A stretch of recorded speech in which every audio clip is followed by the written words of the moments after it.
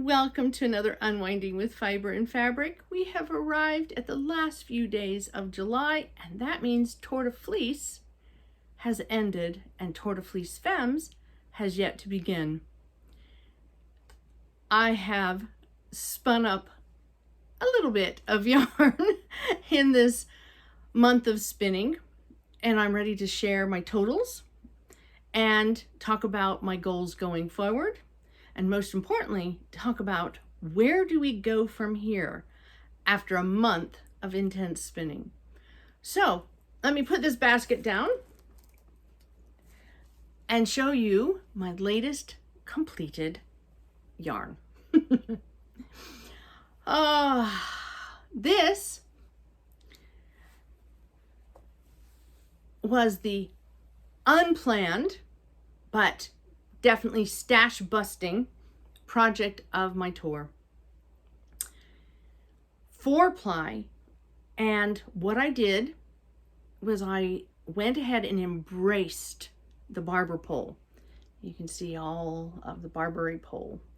I embraced that. When I carded my braid that I had used to exhaust the leftover dye from a previous project, it was by hand carding the braid, the fibers blended together and the light areas blended with the purple areas, and it became a nice soft lavender color.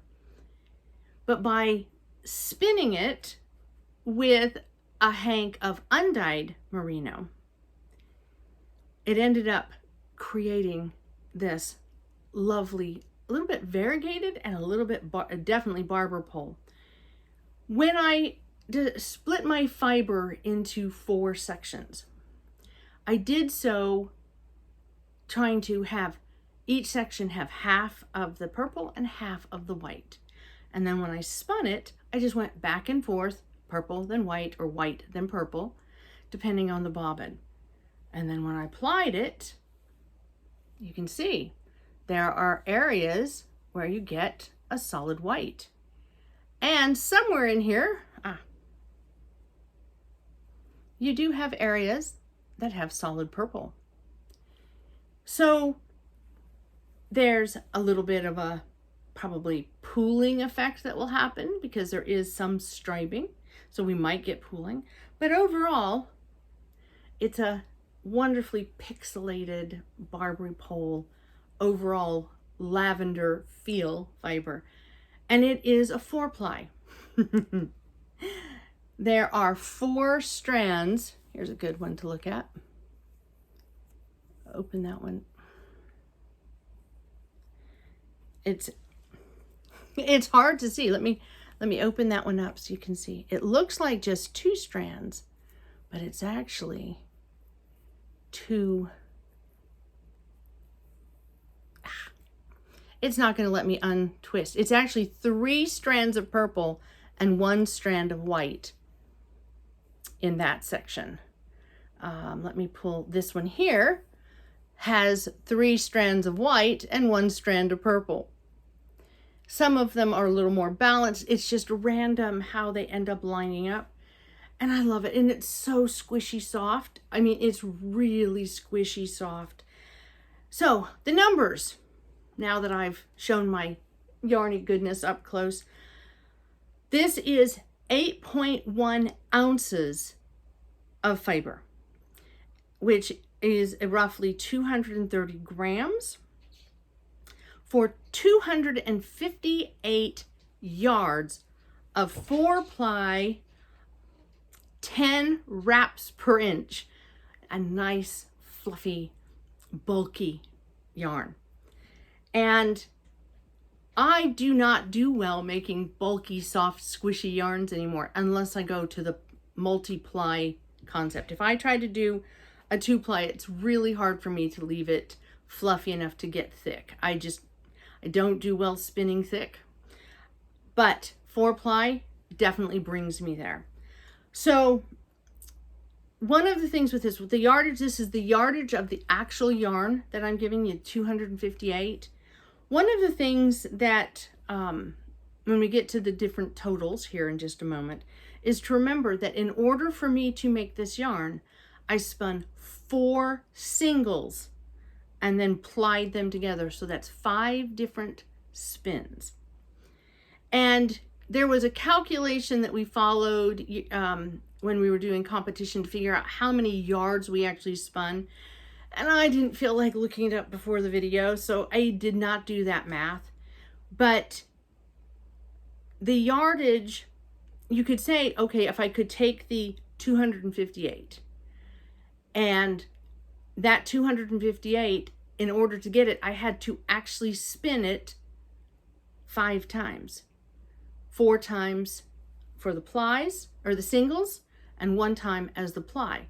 But one of the things that, when talking about that, the truth is when we spin the singles, those singles would have measured more than 258, because as we ply them around each other, we lose some length because it was wrapping. And when you wrap something around something else, it gets shorter faster than the thing you're wrapping it around. And so when we do the calculation, there is some extra yardage we add on for each of the plies that we do. I used to do that when I was doing Spinzilla in the past, but I haven't really done that with Tour de Fleece, because for me, it's not about how many miles of yarn I have spun, how many miles of singles I have spun.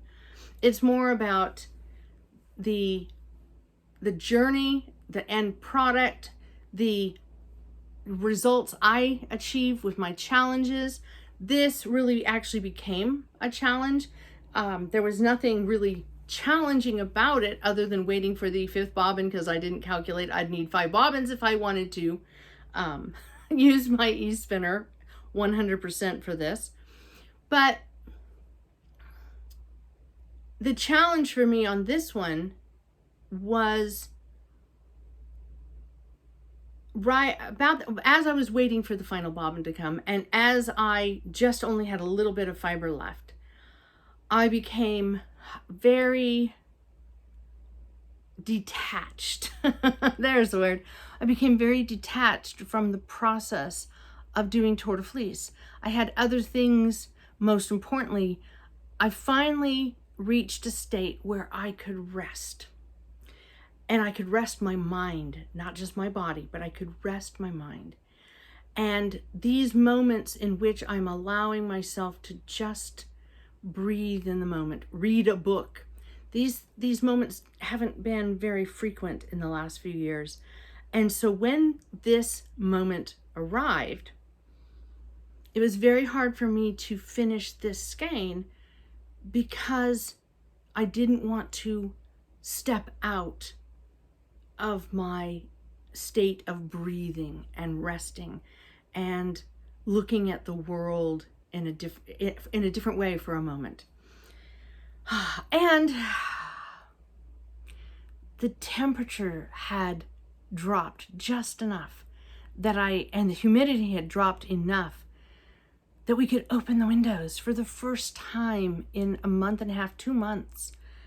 And it was lovely. It was just really lovely to listen to the birds, to read a book, and to rejuvenate in a way that I have not allowed myself to, not been able to in quite a long time, even before the big move. But now we're back to having the heat and I'm glistening again. I'm tired because it is rejuvenating is still something that can wear you out. And I am back. So between my last video and this video, I took a break, but I did finish my yarn.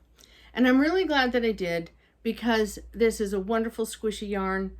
I haven't done anything quite like this in such a long time. And I do like a squishy, soft, fluffy yarn. I don't have any problem if my yarn pills, if my projects after they're knit. I am rustic. I like comfy. I like simple. And this is showing me that, oh my goodness, all that merino that I have there is a really good way I can use it. So I'll probably be doing that specific type of spin again soon. All right, but I had another spin going on that I did put to a side. My carded fin that came from the combing waist from my bigger spin. This one I put completely on the shelf. I finished this bobbin. I have waffled back and forth as to whether I want to even do a second bobbin or if I want to just use all of that fiber as stuffing for a project. I know me, I will go and do one more bobbin with this fiber and then ply them together and then probably crochet something that the rest of the fiber can be shoved into at the end. So I have not counted this in my totals. I have not measured any of this. And this is just going to be set aside for now. Maybe I'll finish it in Tour de Fleece Femmes. That may be my objective. But I didn't want to tell you, I wanted to make sure that you knew this one bobbin had been filled. It is not a fun spin. I do not like the fiber. The carding waist that I have, I really needed to actually take all the very short pieces out of it, and I didn't.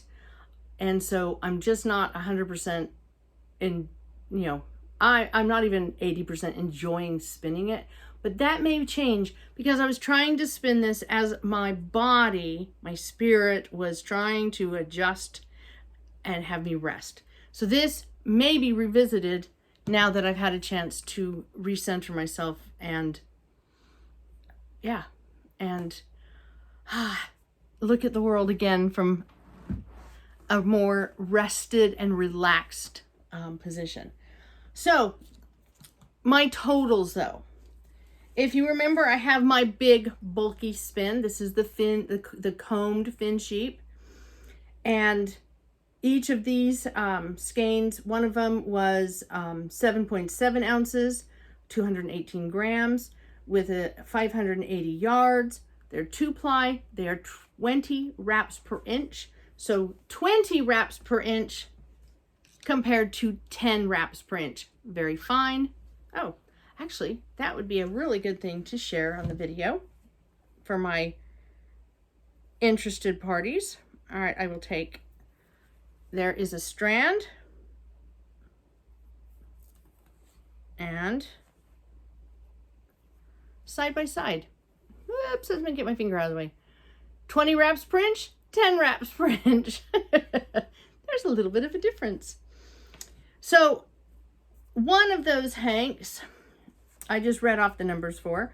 The other one was 7.9 ounces, 222 grams, 610 yards. And the final small one was 4 ounces, 114 grams, 334 yards. If we go back to my yellow, the numbers are actually written on here. I'll read that. 292 yards at 14 wraps per inch, 4.1 ounces, approximately 118 grams. So this one is almost smack dab in the middle. Okay, this is a fun thing to try. All right, let's get all three on here. And let's put it on my thumb. And there we go. Okay, come on, there. There we go.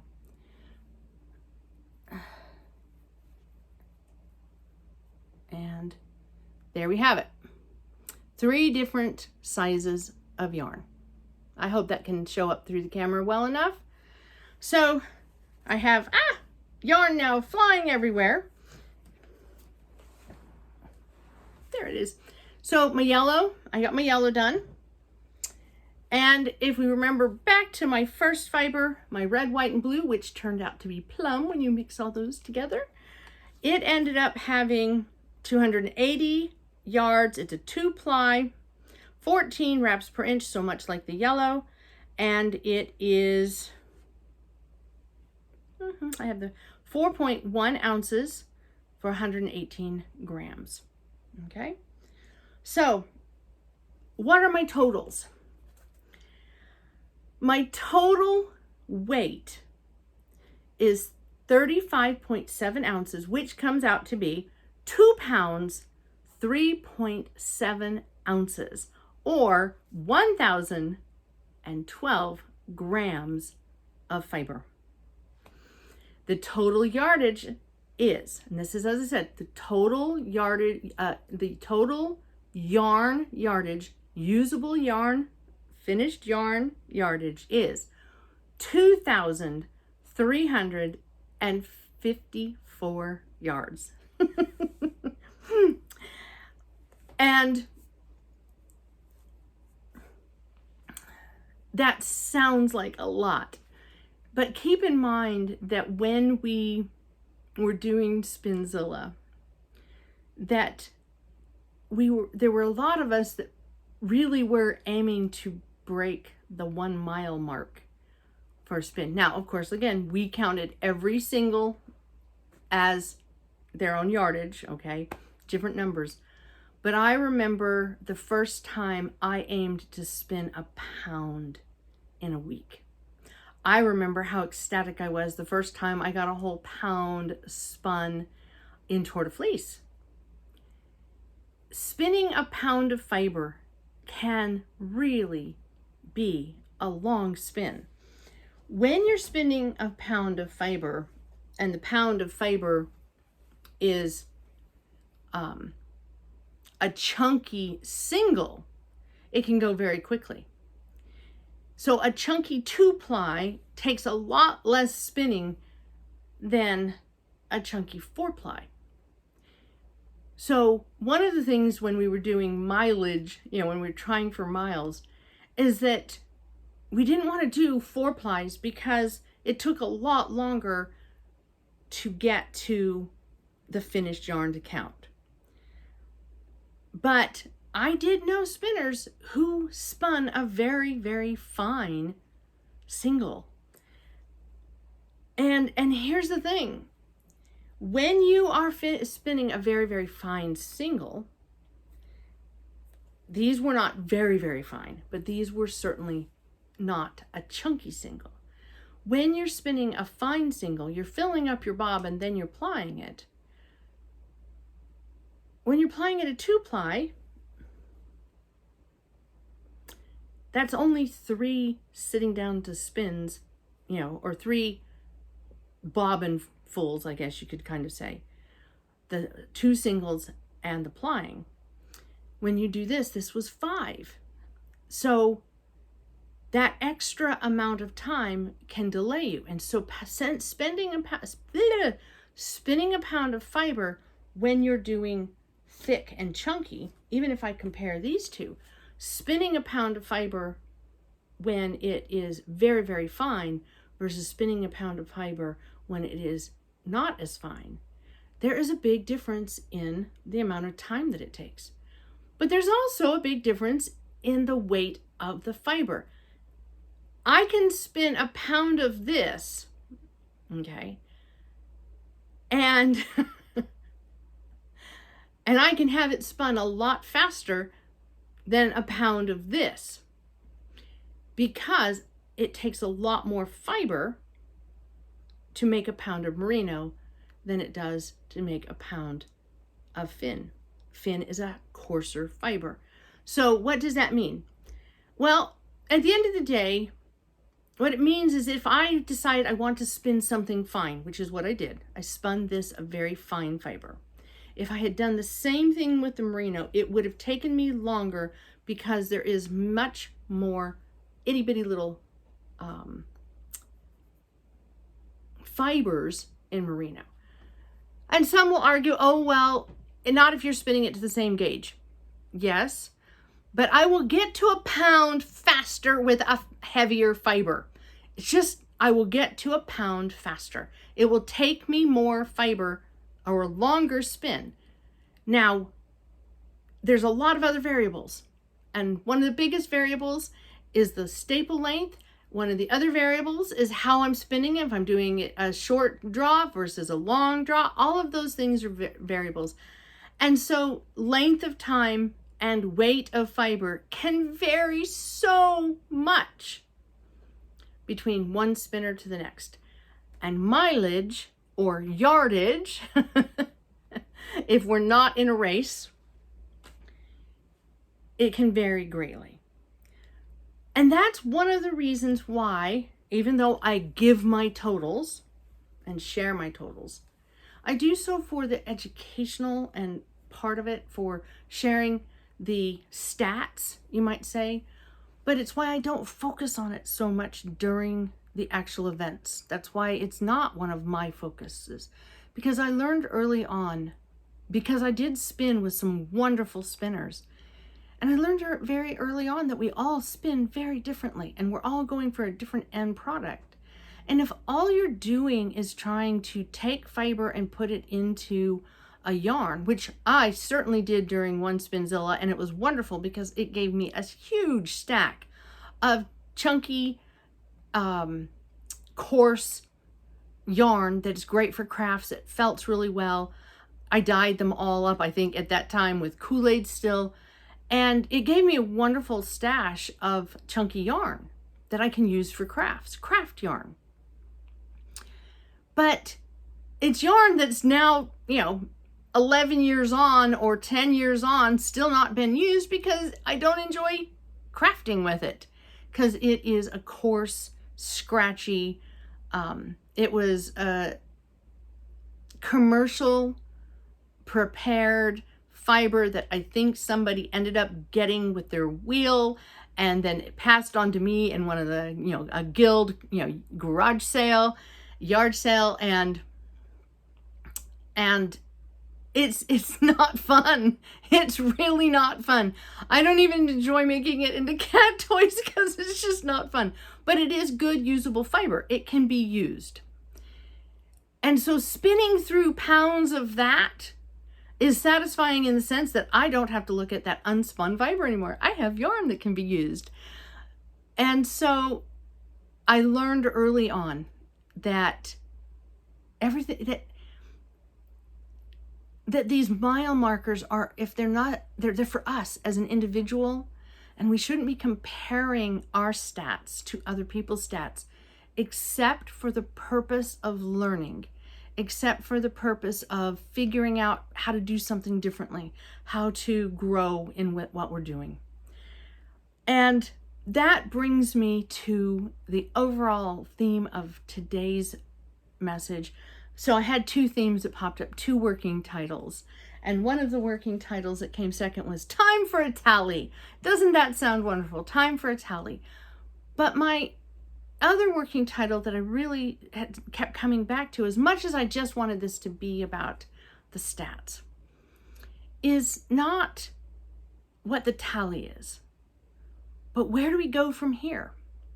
So I have been working on stash busting, and I've just told you about some yarn I have that's been in my stash for a while. I want to also spend some time stash busting from my yarns. I'm probably going to leave that craft yarn exactly where it is, in the craft bin. It's wonderful yarn for Christmas. It's wonderful to have strange little colors and all of these different things. There are different crafts. It'd be a fabulous felt yarn, to use it to felt, either by crocheting something, knitting something, or just needle felting it. It is a good felty yarn. And so it'll stay, because right now I don't have a need for it and there's no rush. But if I wanted to destash it, that would definitely be something I could do. However, there's some other yarns that I have spun in previous Tour de Fleeces, in previous destashes, that I haven't sat down and taken the time to do the project for. And I think that's where I'm going next. In fact, even just talking to you now, I've remembered a project that I put aside when life got a little bit chaotic. And I think that I'm getting a nod from my boy in the other. I'm going to pause and I'll be right back. All right, sorry for that interruption, although on your end it probably wasn't much of an interruption. My boy was off to work. He lives in the apartment that is over our garage and always wants to check in with me before he leaves. So as I was saying, there is a project that I put aside when chaos got a little too much a few years ago. And as I was getting ready to do this video and I was trying to think, where do we go from here and how to express that in this video, I was thinking about, oh, maybe I could do another amigurumi. I have these adorable little stuffies that I've made in the past with my hand spun that I have not yet found. I have packed them somewhere other than with my other my other critters, and I need to find them. But I thought I could do another one of those. I really love making those out of Leicester longwool. They're a little bit on the scritchier side, you know, than if it's a big fluffy one like this. But I really like it because I like the denseness with my crocheted stuffed animals. And they're for me. And I'm sure a child would love them. But, sorry, I am glistening a lot right now. But they're for me. And so I make them for me. They make me happy. Little characters hanging about. Speaking of which, I now have multiple cats. Because my son has left, I now have all my cats back over here. But I wanted to just talk about the where do we go from here. And in this case, there is a spin that I did. I wanted to make a nativity set, a little crochet nativity set that you can get through different yarn shops or on the internet. And I spun the yarn for it. I went through and I calculated what colors I needed, and I spun the yarn for it, I think, maybe even a Tour de Fleece a number of years ago. And I really wanted to do that, that project, but I finished spinning and then life, as I said, got chaotic. It's been a few years. The move is just the beginning of a new chapter rather than a continuation. And so I think I'm going to revisit that. I think if I'm very careful and I really budget my time, my time that I spend, I think that I can maybe try to do all of these little nativity, I'm going to call them ornaments because that's how I'm going to use them. I'm going to make crocheted nativity ornaments. I did a smaller gauge of yarn, so the overall amigurumi will be smaller. And I think if I am careful, I think if I pace myself, that I can do this without causing a flare-up, aggravating overused muscles. And so that's what I think I'm going to do. And that's what I want to encourage you in the where do we go from here. We've just spent a month of spinning, those of us that spin. But there are a lot of other alongs out there. There are a lot of other groups that do really fun things. There are felting groups, there are knitting groups, there are crochet groups. I am sure that if you look, you can find macrame. There are a lot of different groups that can help you find your mojo to do these other things. And if you haven't learned how to do crochet or knitting, if you haven't tried weaving, there are ways to do it, and there are ways to do it that are economical. There is always a way to achieve our goal if we seek it with good intent and an open heart for possibilities. And if you have a huge stash, like I have, and you remember that there are people who may not have at their disposal something like this, I remind you that we can always be the person to help facilitate somebody else's craft. Because as I said, where there is a desire and an open heart, a wish can be fulfilled, whether it's our own or whether it's someone else's. So if you're not someone who knows how to use up your yarn you've spun, and spinning is something you just must do what I've done many times over and find a new home for your spinning. It doesn't necessarily help pay the bills, but it helps us not see what we're doing as something that has to pay the bills. It helps us remember that sometimes what we do that makes us feel more centered and helps us unwind may be just the thing somebody else needs to help them unwind. So yes, if you are unsure of where to go, now that Tour de Fleece is done, if you do not know how to use up your stash that you have just created,